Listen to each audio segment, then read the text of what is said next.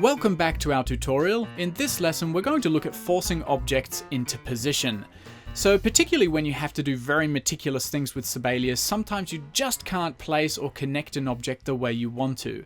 Allow me to show you what I mean. So in Sibelius, staff objects are always attached to somewhere on a particular staff. And you can see that here by the grey arrow.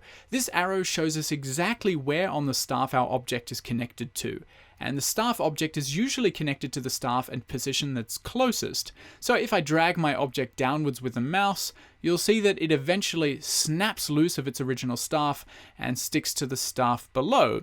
And this threshold is quite generous. I can drag my object quite a long way before it finally loses its position on the original staff, which is of course a very good thing.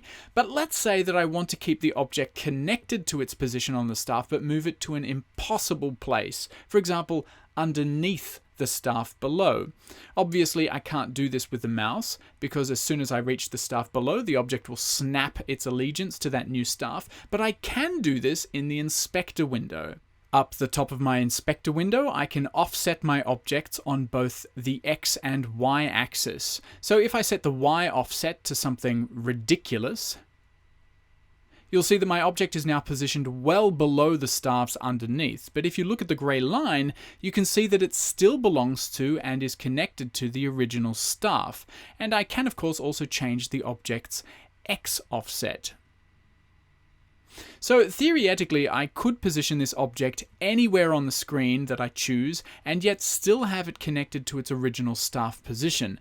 Now, this is just a very simple demonstration, but it's very practical to know that you can do this because sometimes your score will be very full, your systems will be very close, there'll be a lot of different objects on the page, and it can be quite difficult to get your objects where you want them to be, particularly if you're trying to do some, let's say, unconventional sorts of things. So, if you ever run into a similar sort of problem like this, if you just can't get your objects to stick where you want them to stick, well, now you know how you can work around it.